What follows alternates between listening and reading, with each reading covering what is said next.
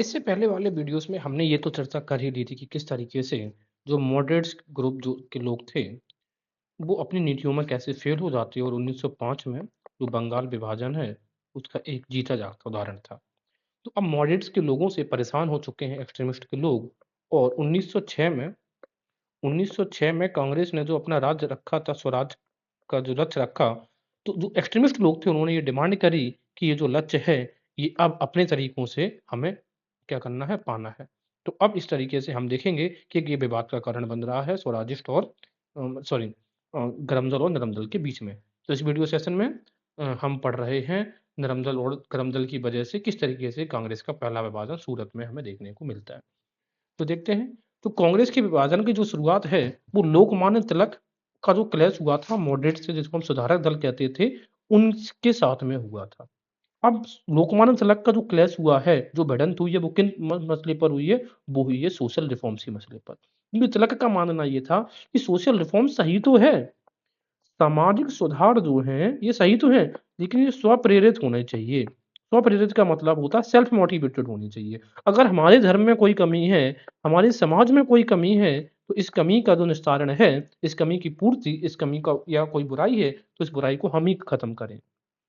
इनका मानना था कि ये हम जो लॉ बना के, जो एक्ट बना के हम ये कोशिश कर रही है अंग्रेज़, ये सही नहीं है। लेकिन जो मॉडरेट जो लोग थे, मॉडरेट जो थे, नरम दल के लोग थे, जो सुधारक थे, इनका मानना था कि नहीं ये चीज़ सही है, अंग्रेज़ ही हमारा भला कर सकते हैं। तो शुरुआत यहाँ से होती है तिलक से।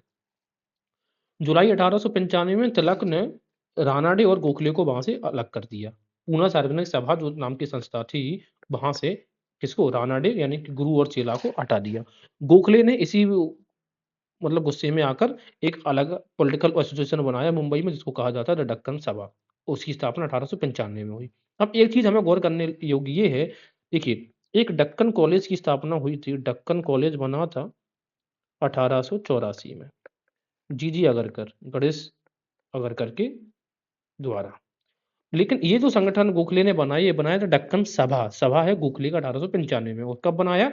जब इनको पूना सार्वजनिक सभा से बाहर निकाल दिया जाता है। लेकिन फिर भी तिलक और गोखले के बीच में एकदम युद्ध जैसी स्थिति क्रिएट नहीं हुई थी। तिलक ने लेकिन अपनी बुद्धिमत्ता से गोखले को महाराष्ट्र की राजनीति में कमज़ोर तो प्रूव कर ही दिया था। एक अपॉलजी अफेयर हुआ था, ये मुद्दा हुआ था एक अपॉलजी वाला जिसमें गोखले को माफ़ी माँगनी पड़ गई थी, उसको लेकर। और गोखले को कहा कि कच्चा रीड का मतलब होता है स्पाइनलेस फेलो यानी कि डरपोक आदमी, who could be moved written by the government, जो भी सरकार के झांसे में कभी भी आ सकता था। इस प्रकार की बातें तिलक को बोली गई। जो तिलक है ना, तिलक एक्चुअल में मॉडरेटर का काम कर सकते थे। तिलक सॉरी मॉडरेटर नहीं, जो गोखले हैं ना, गोखले को कहा जाता था कि ये पार्टी मैनेजर हैं। गोखले एक ऐसा पर्सन थे, अगर गोखले को एक शब्द में कहें तो आप ये नारद मान लो। कि ये ब्रिटिशर्स के साथ भी मिले हैं और यहाँ पर ये इंडियंस के साथ में भी मिले हैं। लेकिन बुरा-भला इनको ब्रिटिशर्स भी कहते थे। इनको कहते थे डिस्गाइज्ड ट्रेटर यानी कि छुपा हुआ मतलब ये देशद्रोह व्यक्ति, दोगला व्यक्ति। इंडियंस भी इनको बुरा-भला कहते थे। इसके अलावा Tilak made a different step than most of the Congress leaders. अगर बात करें तिलक की तो तिलक अपने समय में अपने थॉट प्रोसेस में या अपनी व्यूज़ को लेकर उस समय के कांग्रेस के अन्य नेताओं से कई ज़्यादा आगे थे, कई गुना आगे थे मैं बोलूँगा। It was forthright in his criticism of government and its policies and was prepared to make sacrifices. उनको उनके हिसाब से सरकार की बुराइयाँ करने में कोई उनको गुरेज नहीं था, कोई गिल्चिस नहीं था और वो अपने सेल्फ सैक्रिफाइसेस के लिए भी तैयार थे। ये पहले कांग्रेस के ऐसे लीडर थे जिनको कई बार जेल जाना पड़ा, किसके लिए? अपने देश के लिए। देश के लिए जेल जाने वाला पहला लीडर यही है, तिलक है। 1882 में जिस तरीके से महाराजा जो थे कोल्हापुर के, उनके साथ में जैसा बर्ताव सरकार ने किया था, उसका इन्होंने अपने जो पत्र था मराठा केसरी, उसमें इन्होंने सरकार की बुराई करी और 1882 में इनको 4 मंथ्स के लिए जेल में जाना पड़ा। तो पहला राजनीतिक जो जेल जाना हुआ, वो तिलक जी का था, दूसरा था सुरेंद्रनाथ बनर्जी का 1883 या 84 में। ठीक है, आगे देखते हैं 1897 में दोबारा से तिलक को पकड़ा गया। क्यों पकड़ा गया? क्योंकि हमें ये पता है कि 1897 में एक फेमाइन आया था। फेमाइन का मतलब है महामारी आई थी। महामारी में 2 लोग कौन-कौन? रैंड और एमहर्स्ट। इन दोनों लोगों ने ये दोनों कमिश्नर थे जो महामारी से डील कर रहे थे। बट इन दोनों को मार दिया किसने? चापेकर बंधुओं ने। किसने मार दिया? चापेकर जो ब्रदर्स थे उन्होंने इनका मर्डर कर दिया। और ये क्यों कर दिया था? क्योंकि उन्होंने अपने जो मराठा न्यूज़पेपर था, उसमें बड़ी वीरता वाली एक पोएम लिखी थी तिलक ने और उससे प्रभावित थे ये चापेकर बंधु। तो ये कहा जाता है जब अंग्रेज़ों ने जाँच करी तो तिलक को दोषी पाया और 18 मंथ का रिगरस इम्प्रिज़मेंट उनको दिया। ठीक है? रिगरस इम्प्रिज़मेंट का मतलब होता है बमशक्कत सज़ा। कांग्रेस का जो सेशन था अमरोती 1897 में दिसंबर में Tilak made an attempt to push a resolution demanding the release of the Tilak. तो तिलक के सपोर्टर्स थे उन्होंने कोशिश करी कि रिजोल्यूशन पास करवा लिया जाए जिसमें कहा जाए कि तिलक को रिहा करना चाहिए, लेकिन मॉडरेट लीडर जो कि उस समय कांग्रेस को कंट्रोल कर रहे थे उन्होंने इसकी परमिशन नहीं दी। इसी तरीके से moderates follow the attempt of martyrdom at the Congress session at the Madras. Same हाल मद्रास सेशन में भी हुआ। लखनऊ के सेशन जो हुआ था कांग्रेस का 1899 में और आरसी दत्ता इसके हेड थे, उमेश चंद्र दत्ता इसके हेड थे लखनऊ सेशन के। तिलक्स ठीक है। Tilak's attempt to move a resolution condemning governor Sandhurst administration of Mumbai was also blocked. Tilak ने एक कोशिश करी थी कि एक प्रपोज़ल लाके जो गवर्नर था मुंबई का जिसका नाम था सेंटहर्स्ट, इसकी जो एडमिनिस्ट्रेटिव पॉलिसी है इसकी क्रिटिसाइज़ किया जाए, इसको कंडेम किया जाए, लेकिन कांग्रेस ने ये भी नहीं करने दिया। कहने का मतलब है कि तिलक सरकार की बुराई करने, ओपनली बुराई करने में कोई प्रॉब्लम नहीं थी, बट मॉडरेट्स के जो अदर लीडर्स थे, दे वर हेसिटेंट। आगे हम देखेंगे, it was because of ideological differences with Tilak and his group the moderate leader were determined to keep Tilak and Congressman of his line of thinking out of all position. ये छोड़ो। हालाँकि बात ये थी कि तिलक कभी भी अपने जीवन पर्यंत कांग्रेस के प्रेसिडेंट नहीं बने, हालाँकि उन्होंने प्रयास किया था लेकिन नहीं बन पाए। अब प्रयास क्यों कर रहे थे? लालच नहीं था, क्योंकि अगर तिलक मान लेते हैं कि 1920 में कांग्रेस प्रेसिडेंट बने, तो अगले 1 साल तक कांग्रेस किस तरीके से काम करेगी, ये तिलक के हाथ में होता। प्रेसिडेंट के पास ये पावर होती थी। तो ये हम आप कह सकते हैं कि ब्रिटिश की जब रिपोर्ट आई थी 1897 में, ये जो चापेकर बंधुओं ने हत्या करी थी, उस रिपोर्ट में ये कहा गया था कि भारत में जो क्रांतिकारी गतिविधियाँ हैं, क्रांतिकारी जो गतिविधियाँ हैं, उनकी शुरुआत इसी इंसिडेंट से होता है, रैंड और एमहर्स्ट के मर्डर से होता है। तो और इसमें इसी वजह से कहा जाता है कि क्रांतिकारी गतिविधियों को हवा देने वाला जो सबसे इम्पोर्टेंट रोल प्ले किया था, वो किया था बाल गंगाधर तिलक जी ने, राइट? तो ये था कि आखिर भारत की राजनीति में जो एक्सट्रीमिज़्म है, जो रेडिकल पॉलिटिक्स है, ये उपज क्यों रही थी? तो हम देखते हैं कि किस तरीके से तिलक के साथ होने वाले जो क्लैशेस थे, उसने सूरत जो स्प्लिट होना था उसकी पटकथा को लिख दिया था। अब बारी थी वास्तव में। हुआ ये था कि जो सेशन था ये पहले नागपुर में होना था, लेकिन बाल गंगाधर तिलक के डर की वजह से इस सेशन को सूरत में संपन्न कराने का डिसीजन लिया जाता है और इसकी जो अध्यक्षता कर रहे थे, वो कर रहे थे रास बिहारी बोस। रास बिहारी घोष, नो ये बोस नहीं है, घोष है, ठीक है? हू वाज़ चोज़न एज़ प्रेसिडेंट। इसमें ही हम देखते हैं कि एक्सट्रीमिस्ट और जो कांग्रेस के लोग थे, ये अलग विभाजन इनका हो जाता है। इसके बाद 1908 में देखो, मैं फिर से बता रहा हूँ, 1960 का जो सूरत अधिवेशन हुआ था, इसमें जो नरम दल के और गरम दल के लोग थे, तो ये जब विभाजन हुआ तो नरम दल के जो लोग थे, इनके कंट्रोल में आ गई थी कांग्रेस। ठीक है? और गरम दल यहाँ से हो जाता है आउट। तो जो 2 लोग नरम दल को सपोर्ट कर रहे थे, इन्हीं का सेशन हुआ था कहाँ पे 1908 में कहाँ पे मुंबई में। कहाँ पे सेशन हुआ था ये वाला? मुंबई में। यहाँ पे सिर्फ़ नरम दल में श्रद्धा रखने वाले लोगों ने अटेंड किया था और जो फिरोज़ शाह मेहता ये खुद ही मुंबई के थे। इसी वजह से इसको क्या बोला जाता है? मेहता कांग्रेस बोला जाता है। ये सिर्फ़ उनके द्वारा अटेंड किया गया था हू रिट्रीटेड देयर एलिजेंस टू राज, जिन्होंने ब्रिटिश राज के प्रति अपनी वफ़ादारी को दोहराया था। इसके साथ-साथ में हम देखेंगे राइज़ ऑफ मुस्लिम्स का जो राइज़ था वो क्या था? 2 प्रकार की मुस्लिम कम्युनिटी होती थी, एक अशरफ होते थे, एक अजलफ होते थे। जो अशरफ मुस्लिम्स होते हैं, ये जनरली अपर कास्ट होती है मुस्लिम्स में, अर्बन शहरों में रहते हैं, उर्दू बोलते हैं। रूरल बंगाली स्पीकिंग मोफस्सुल लैंडलॉर्ड्स, जो लैंडलॉर्ड्स होते थे गाँव के, जो बंगाली बोलने वाले लोग थे, वो उनको मुफस्सिल बोलते थे। अजलफ अजलफ जो होते थे जनरली जो कृषक वर्ग था उनको हम अजलफ कहते थे। छोटे एरियाज़ में, घनी बस्तियों में, गरीबी में रहने वाले लोग। इस्लाम को spread as the religion of the plough bringing local people gradually into its food. सीधी-सी बात ये है, इस बात का सीधा-सा मतलब यही है कि उस समय मुस्लिम्स की जो कंडीशन थी, चाहे वो आप सिविल सर्विसेज़ की बात करें या एडमिनिस्ट्रेशन में कहीं और बात करें, इकोनॉमिक कंडीशन की बात करें, सोशल कंडीशन की बात करें, ये उतनी बेहतर नहीं थी जितनी हुंडी उसकी थी। और इस बात का गुरेज मुस्लिम्स को हमेशा रहा। और इसी चीज़ का फ़ायदा उठाया था मुस्लिम लीग के निर्माण में। इसके बाद हम एक चीज़ ये भी देख सकते हैं, चलिए आगे देख लेंगे। हुँ। द एलीट लीडर्स, ठीक है। इसके बाद हम देखेंगे, अगर हम पहले बात करें कि इससे पहले मुस्लिम की स्थिति को सुधारने का किसी ने काम किया था, तो yes answer is sir Syed Ahmed Khan ने 1875 में अलीगढ़ कॉलेज की स्थापना करी और 1920 में यूनिवर्सिटी के रूप में कन्वर्ट हो जाता है। साथ में बंगाल में ही पहला मुस्लिम ऑर्गेनाइजेशन जिसकी स्थापना करी गई थी 1855 में हुआ था, वो था मोहम्मदन एसोसिएशन और द अंजुमान ए इस्लामी। अंजुमान का मतलब होता है शिक्षा से रिलेटेड, ठीक है। तो अंजुमान एसोसिएशन ए इस्लामी की स्थापना 1855 में हुई थी, ये देख लेते हैं। मुस्लिम की जो पॉलिटिक्स थी उसका जो जन्म है वो उत्तर प्रदेश के अलीगढ़ में हुआ, ये चीज़ आप दिमाग में रखिए, जहाँ से अलीगढ़ कॉलेज की स्थापना करी थी सर सैयद अहमद खान 1875 में। इसके बाद हम देखेंगे सर सैयद अहमद खान ने मोहम्मदन एजुकेशनल कॉन्फ्रेंस की भी स्थापना करी है 1886 में। अब ये कब करी है? इसे आप ऐसे मान सकते हैं कि कांग्रेस की स्थापना 1885 में हुई थी, उसी के विरोध में उन्होंने एक अपना संगठन बनाया था। कौन सा? Mohammedan educational conference. तो एजुकेशनल कॉन्फ्रेंस 1886 में। हालांकि ये फेल हो जाता और 1888 में इन्होंने ऑल इंडिया पेट्रियोटिक एसोसिएशन भी बनाया था राजा शिव प्रसाद के साथ में मिलकर। जो राजा शिव प्रसाद थे ना, वो कहाँ से? बनारस के साथ में, ठीक है। तो ये याद रखिएगा कि मोहम्मद एजुकेशनल जो कॉन्फ्रेंसिस की स्थापना 1886 में हुई, ये क्रिम से लगाने की संस्थाएं दे दी जाती है। इसके अलावा हिंदू उर्दू कंट्रोवर्सी और द नगरी रिजोल्यूशन जो आया था कब, किस तारीख को? 18 अप्रैल 1900 को।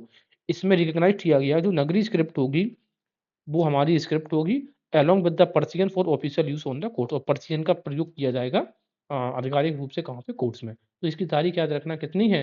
हिंदू उर्दू कंट्रोवर्सी द नगरी रिजोल्यूशन की तारीख है 18 अप्रैल 1900 के अंदर।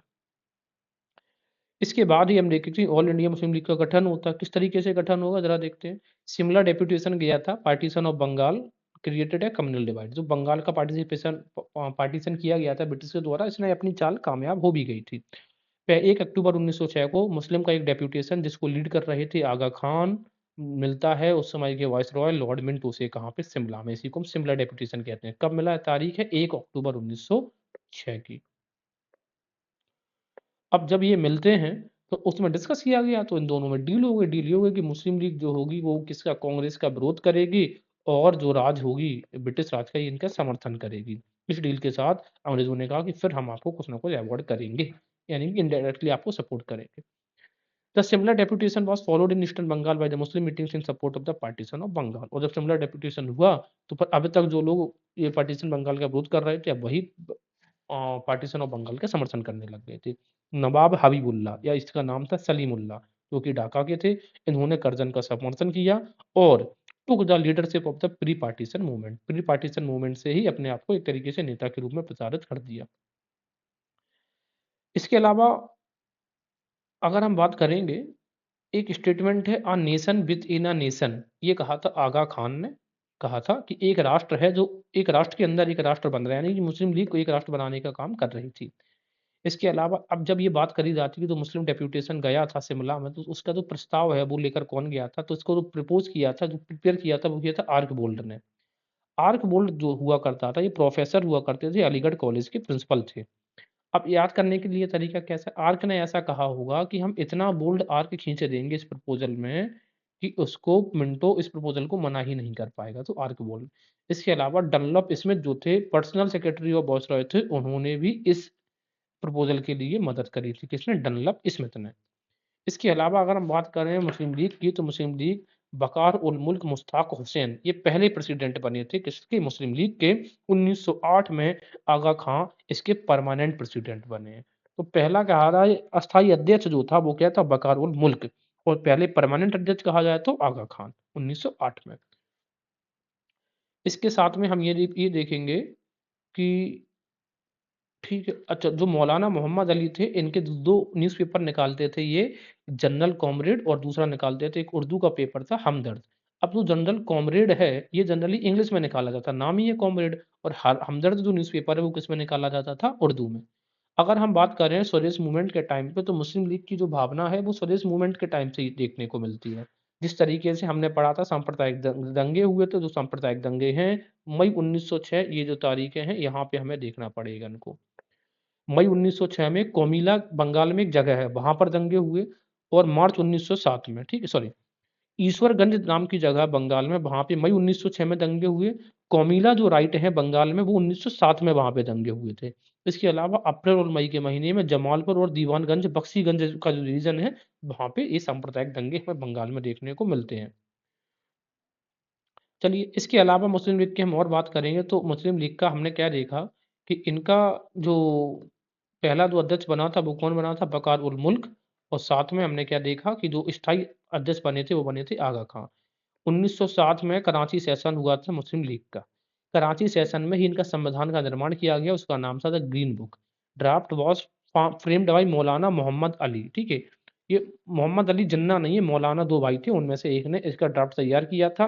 मौलाना मोहम्मद अली जौहर, जिसके नाम पे आदम खान यूनिवर्सिटी भी बनाई थी। वन ऑफ अली ब्रदर्स जो थे उनमें से एक थे ये मौलाना जी। अब देखो याद करने की चीज़ें क्या है कि 1907 का जो सेशन है वो कहाँ पे हुआ था? तो आंसर इज़ कराची। अब कराची को याद कैसे करेंगे? देखो हमें 2 ही कन्फ्यूज़न होगा, या तो कराची में कन्फ्यूज़न होगा या हमें होगा लाहौर में। अब इनके नाम गिन लो, कितने 7 अक्षर किसमें हैं? 1, 2, 3, 4, 5, 6, 7 कराची में 7 है ना? तो ये 7 इसी कराची वाले में ही होगा।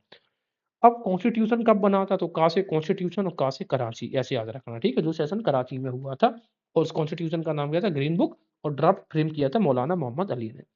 1908 8 जैसे 8 और 8 में अमृतसर, ऐसे याद करेंगे। तो 8 में अमृतसर में सेशन हुआ मुस्लिम लीग का और इसी में उन्होंने डिमांड किया था सेपरेट इलेक्टोरेट का, जो कि 1909 में मार्ले मिंटो रिफॉर्म्स के द्वारा इनको प्रदान भी किया गया। इसकी जो अध्यक्षता करी थी वो करी थी सईद इमाम ने, ये इंपॉर्टेंट है। 1913 का सेशन मुस्लिम लीग का और चर्चा में रहा। मोहम्मद अली जिन्ना ने मुस्लिम लीग को दोबारा से रीऑर्गेनाइज किया और यहीं पर जिन्ना ने पहली बार पार्टिसिपेट किया था और मुस्लिम लीग को ज्वाइन भी किया। ठीक है? इसका रीऑर्गेनाइज करके मुस्लिम लीग को कहा गया ऑल इंडिया मुस्लिम लीग। जिन्ना ने मुस्लिम लीग को 1913 में ज्वाइन किया था, जबकि कांग्रेस को उन्होंने 1906 में ज्वाइन किया था। लेकिन पहला पार्टिसिपेशन उन्होंने कांग्रेस में दिया था 1904 में।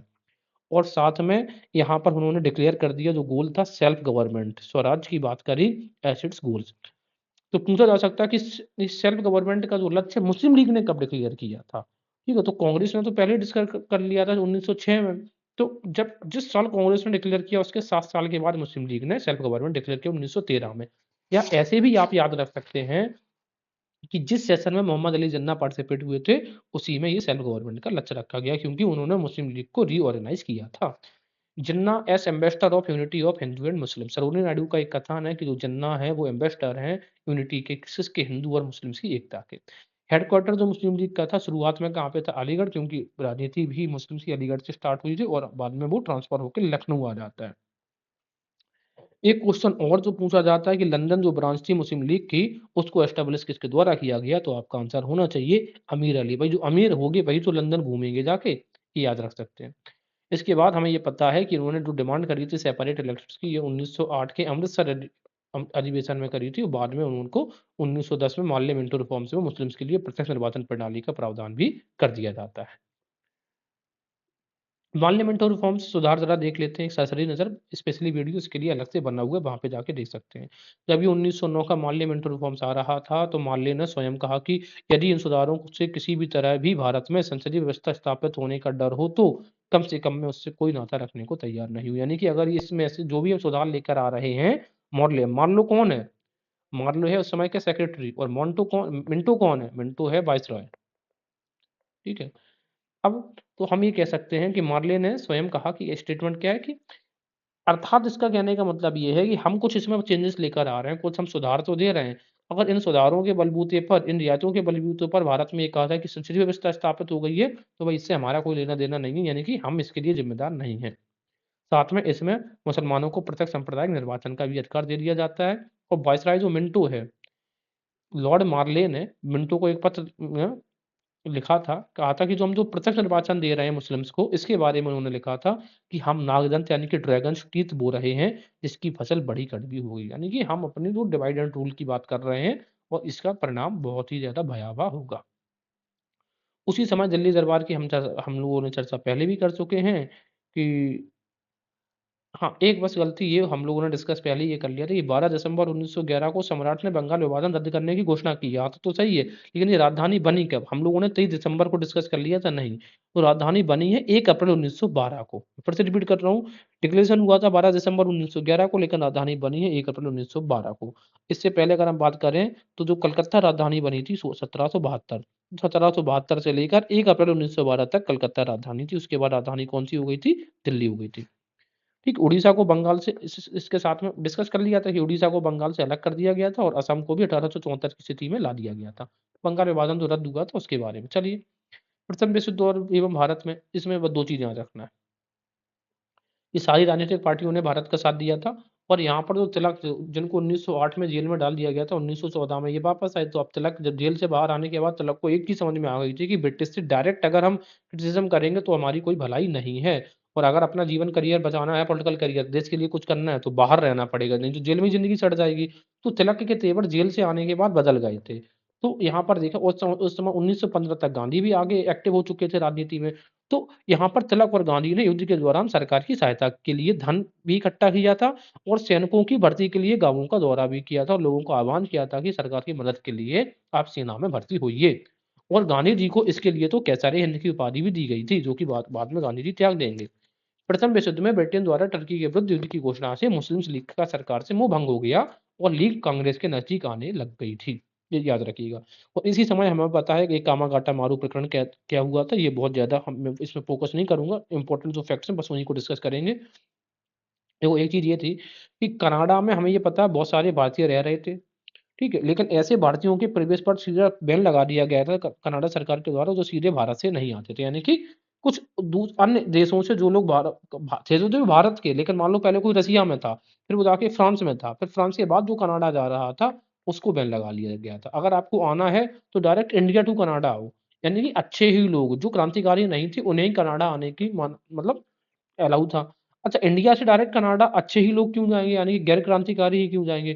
क्योंकि जो लोग भी कनाडा के लिए बोर्ड करेंगे, जिस शिप में जाएँगे, वो तो पूरी जाँच के साथ जाएगी ना शिप, तो उसमें किसी क्रांतिकारी को जाने नहीं दिया जाएगा।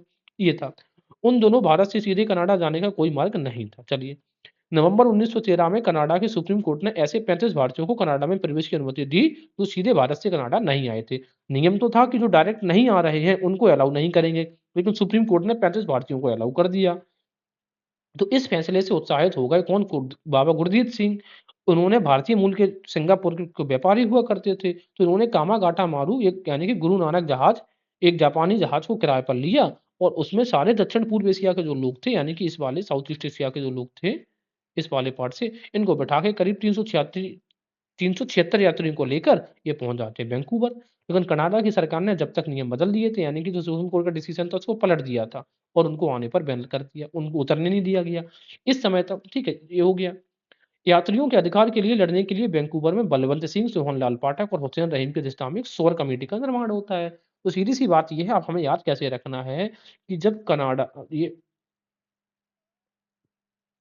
एक मिनट,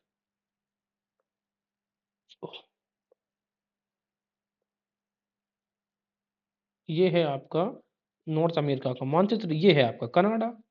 तो हम कैसे याद रखेंगे कि कनाडा पे जब ये जो शिप था, जब जहाज ये इसके तट पर था और लोगों को उतरने नहीं दिया जा रहा था, तो फिर सूर का मतलब क्या होता? सूर का मतलब क्या होता? किनारा ही होता है कि नहीं होता? SHORE, ठीक है ना? इस किनारे पर नहीं उतरने दिया जा रहा था। इस वजह से 3 लोगों ने सोर कमेटी का गठन किया और जो इनको नहीं उतरने दिया जा रहा, जिन लोगों को, उनके अधिकार की लड़ाई लड़ेंगे। कौन-कौन थे? बलवंत सिंह, सोहनलाल पाठक और हुसैन रहीम। तो सोर कमेटी का निर्माण कनाडा में हुआ।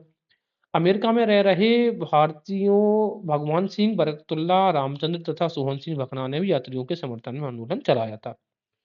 अब हुआ ये कि वो जहाज को वापस लौटा दिया गया और ये कलकत्ता में एक नाम की जगह है बजबज, यहाँ पर आके वापस यात्रियों को उतरने के लिए मजबूर किया गया है। यहाँ पर यात्रियों और अंग्रेजों के बीच में क्या होता है? संघर्ष होता है। उसी संघर्ष में क्या होता है? 18 यात्री मारे गए। गुरदीत सिंह जो थे वो भूमिगत हो गए, अंडरग्राउंड हो गए, छुप गए और बाद में 1922 में गांधी जी के कहने पर गुरदीत सिंह ने आत्मसमर्पण किया। उन्हें 5 वर्ष की सज़ा दी गई। तो इसमें जैसे कि हम भगत सिंह के बारे में बहुत जानते हैं कि गांधी जी ने उन्हें नहीं बताया, ऐसे ही गांधी के कहने पर 5 वर्ष की सज़ा बाबा गुरजीत सिंह को भी झेलनी पड़ी। तो ये था हमारा 1913 1914 तक के बारे में इंसिडेंसेस। बाकी हम अगले वीडियो में देखते हैं।